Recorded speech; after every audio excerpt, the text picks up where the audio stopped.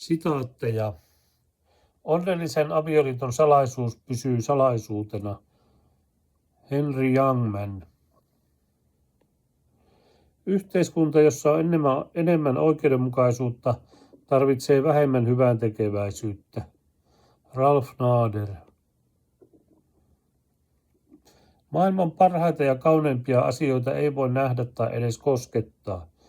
Ne täytyy tuntea sydämellä. Helen Keller. Luomme maailman, jossa elämme ja muokkaamme oman ympäristömme. Orison Swett Marden. Näinä aikoina pitää olla optimisti aukaistakseen silmänsä, kun aamulla herää.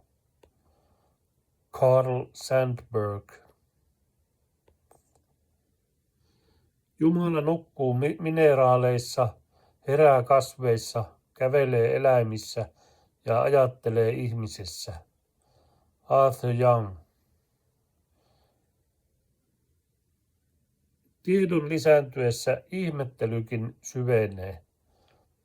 Charles Morgan.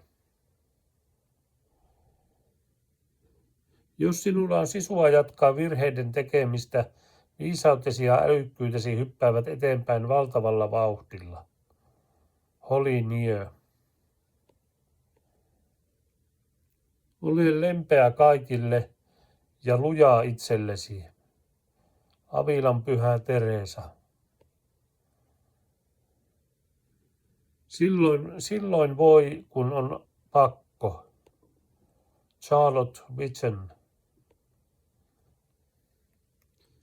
Välinpitämättömyyden hinta julkisia asioita kohtaan on se, että katalat ihmiset alkavat hallita. Platon. Mitä korkeammalla on asemamme, sitä nöyrempiä meidän tulisi olla.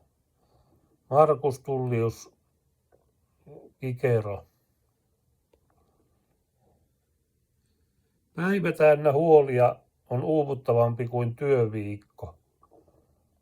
John Lubbock. Totuus ei ole kaikille ihmisille, vaan vain niille, jotka etsivät sitä. Ayn Rand. Semmosia.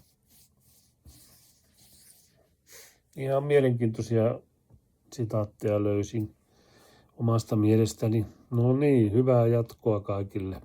Viikon jatkoa. Heippa.